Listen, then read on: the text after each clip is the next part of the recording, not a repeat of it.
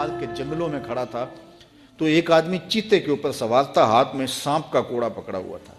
تو میرے قریب آ کے اس نے بریک لگائی نا جب، تو میں ٹھٹر گیا، ڈر گیا. تو وہ مسکرا کے کہنے لگے، وہ صاحب جو چیتے پہ سوار تھے، سادی ڈر گئے ہو؟ تو میں نے کہا بات ہی ڈرنے کی ہے، پھر چیتے پہ تم سوار ہو، ہاتھ میں سانپ کا کوڑا پکڑا ہے. تو سادی فرماتے ہیں وہ بزرگ مسکرا کے بولے، سادی تو خدا کا ہو جا، خدا کی خدائی تیری ہو جائے گی. تو ہو کے تو دیکھ ان کا، پھر نوکر ہو جائے گی ساری خدائی تیری. لیکن ہم جب زر کے پیچھے لگ گئے تو پھر غلام بن گئے. یہ دنیا کی مثال سائے کی طرح ہے.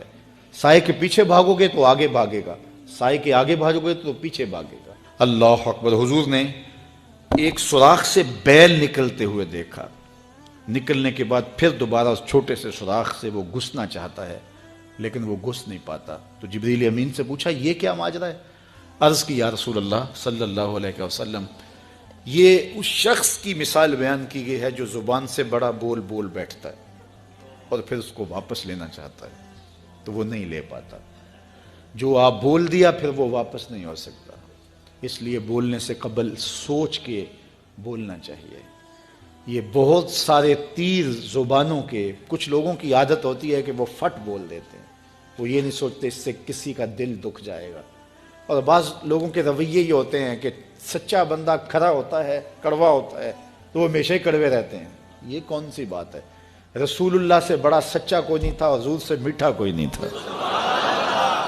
تو یہ کیا بات ہوئی کہ یہ خیال کر کے کہ میں سچا ہوں اور کڑوا ہوں، ہر وقت زہر اگلتے رہو، لوگوں کی عزتیں اچھالتے رہو، لوگوں کی آبروؤں پہ حملہ کرتے رہو کہ میں سچا ہوں اور سچا بندہ کھڑا ہوتا ہے بات کر دیتا ہے. اپنی گفتگو کو کنٹرول میں کرو، کسی کا دل نہ توڑو، کسی کے دل کو اذیت نہ پہنچاؤ، خلق خدا کی بہتری کا سوچو، خود سہ لو اپنے اوپر لیکن کسی کو تکلیف نہ پہنچاؤ. اللہ کے محبوب علیہ الصلوۃ والسلام جب ناراض ہوتے تھے تو اللہ کے محبوب علیہ السلام کے چہرے سے صحابہ پہچانتے تھے کہ حضور غصے میں ہیں.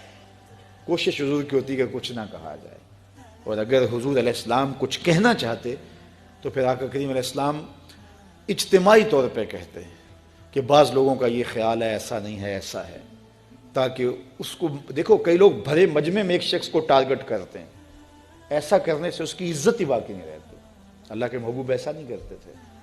جب کسی کو کہنا ہوتا تو بھرے مجمع میں حضور کہنے کی بجائے حضور ایک ویسے بات کرتے ہیں کہ بعض لوگ ایسے کرتے ہیں، بعض ایسے کرتے ہیں، ایسے نہیں کرنا چاہیے. اور جس کا ماجرا ہوتا وہ سمجھ جاتا. تو یہ کوئی بات نہیں ہوتی کہ میں کھرا آدمی ہوں، میں سچا آدمی ہوں، میں لوگوں کے دل چیرتا رہوں، میں لوگوں کے دل پر حملہ آور ہوتا رہوں، لوگوں کے جذبات سے کھیلتا رہوں، لوگوں کو تکلیف اور آزار پہنچاتا رہوں اور خلق خدا کے لیے میں تکلیف کا باعث بن جاؤں صرف اس بات پر کہ میں سچا ہوں. پہلی بات یہ ہے کہ یہ تیرا گمان ہے کہ تو سچا ہے اور کھڑا ہے، یہ تو اللہ کو پتا ہے کون کہاں کھڑا ہے. اس لیے یہ بات بہت اہم ہے کہ بولنے سے قبل سوچنا چاہیے. ایسے ہی زبان سے کوئی بات نہیں نکال دینی چاہیے. عربی کا ایک شعر ہے کہ جراحات السنان لہو تیام ولا یلتام ما جرح اللسان، کہ جو زخم نیزوں کے لگتے ہیں وہ بھر جاتے ہیں لیکن زبان کے تیروں کا زخم کبھی نہیں بھرتا، وہ تازہ رہتا ہے. اس لیے ہمیشہ سوچیں اپنی زندگی میں کہ ہماری زبان سے لگا ہوا تیر کسی کو گھائل تو نہیں کر رہا. اور کچھ لوگ ایسے ہوتے ہیں کہ وہ مر بھی جاتے ہیں لیکن ان کی زبان سے نکلے ہوئے تیروں کی زہر افشانی ختم نہیں ہوتی. اور کچھ لوگ ایسے ہوتے ہیں ان سے اختلاف بھی ہوتا ہے لیکن اس کے باوجود کوئی ایسا جملہ نہیں ہوتا ہماری جانب ان کی طرف سے آیا ہوا جو ہمیں تکلیف دے. اختلاف اپنی جگہ ہوتا ہے لیکن جب وہ خیال میں آتے ہیں، جب وہ تصور میں آتے ہیں تو نفرت کے شرارے نہیں پھوٹتے، محبت ہی پھوٹتی ہے. اس لیے ایسے بن جاؤ کہ لوگ تمہیں سوچیں، تمہارا خیال کسی کو آئے تو ساتھ پیار کی خوشبو آنے لگ جائے، نفرت کے شرارے نہ پھوٹیں کہ کوئی تمہارا خیال کرے تو اس کو تمہاری زبان کے برستے ہوئے تیر آنے لگ جائیں، تمہاری نفرت انگیز باتیں ان کو ستانے لگ جائیں اور وہ تمہارے خیال سے، تمہارے گمان سے، تمہارے تصور سے وحشت کھانے لگ جائیں. نہیں، خوبصورت زندگی گزارو، اپنی زبان کو کنٹرول میں کرو، اپنی زبان کو قابو میں کرو.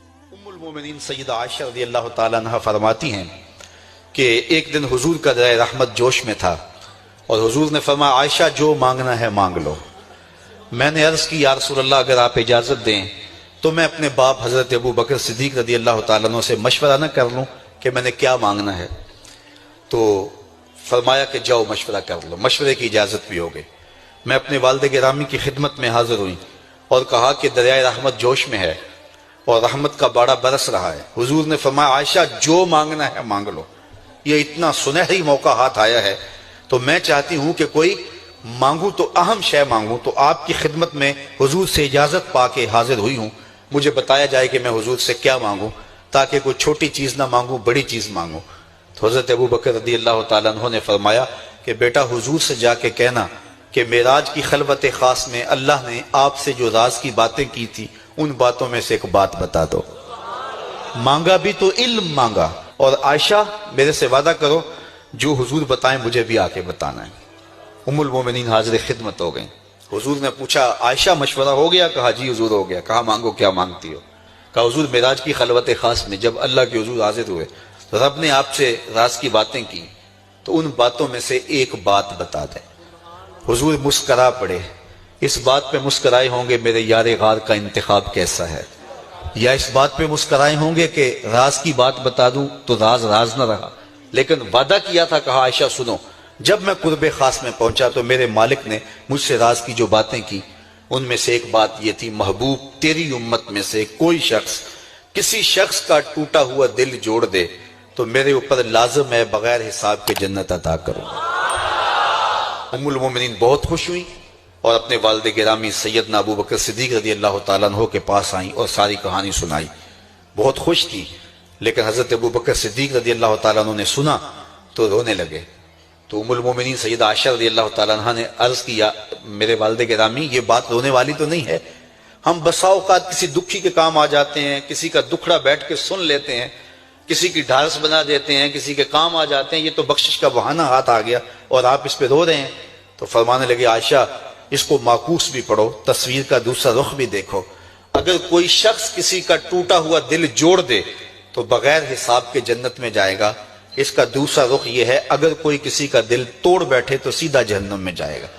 میں اس بات پہ رو رہا ہوں کہ ہم سے کسی کا دل نہ ٹوٹ گیا ہو۔ تو آج کی اس مجلس کے اندر کیا یہ دو باتیں میں اور آپ اپنے پلے باندھ سکتے ہیں؟ ایک کا تعلق حقوق العباد سے ہے اور ایک کا تعلق حقوق اللہ سے ہے۔ حقوق اللہ میں سب سے اہم چیز نماز ہے، اور پہلا سوال قیامت کے دن نماز کا ہی ہوگا۔ بلکہ حضور نے معراج میں جو مختلف مظاہرے دیکھے ان میں ایک چیز یہ بھی دیکھی، کچھ لوگوں کے سر پتھر سے کچلے جا رہے تھے، پھر صحیح ہو جاتے، پھر کچلے جاتے۔ جبریل سے پوچھا یہ کون لوگ ہیں؟ تو کہا آپ کی امت کے یہ لوگ وہ لوگ ہیں کہ جن کے سر نماز سے بھاری رہتے تھے۔ نماز کا کہو نہ بے نمازی کو، تو وہ پہلا بہانہ تو یہ لگائے گا کہ میرے کپڑے ٹھیک نہیں ہیں۔ میرے بزرگ فرمایا کرتے تھے تیرے کپڑے کیسے پاک ہو سکتے ہیں، تو رب کے حضور جھکنا نہیں جانتا، آ اس کے حضور جھکنا سیکھ لے، وہ تیرا لباس بھی پاک کر دے گا، تیرا دل بھی پاک کر دے گا۔ تو دوسرا بہانہ یہ ہوتا ہے کہ ہفتے کو شروع کروں گا جی، پہلی تاریخ سے شروع کروں گا۔ یہ وہ بندہ کہہ رہا ہے، ہفتے کا وقت وہ دے رہا ہے جس کے پاس ایک لمحہ بھی اپنا نہیں ہے، جس کو یہ نہیں پتا کہ اٹھنے والا اگلا قدم کہاں ہوگا۔ وہ کہتا ہے انشاءاللہ ہفتے سے شروع کروں گا، فجر سے شروع کروں گا۔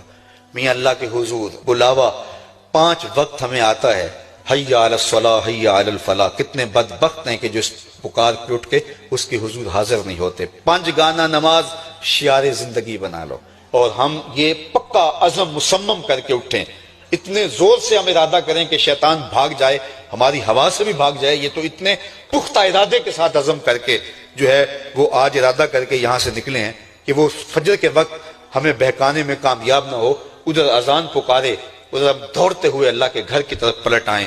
ہم یہ عزم کریں کہ آج کے بعد نماز نہیں چھوڑیں گے۔ اللہ مجھے آپ کو 5 گانا نماز کی توفیق نصیب کرے، اور ہمیں توفیق نصیب کرے کہ ہم کسی کے دل شکستگی کا سامان نہ کریں۔ ٹوٹے ہوئے دل جوڑ سکیں تو ضرور جوڑیں، اور کسی کا دل توڑنے سے ہم گریز کریں اور اپنی زندگی کو ایک خوبصورت پیرائی کے اندر گزارنے کا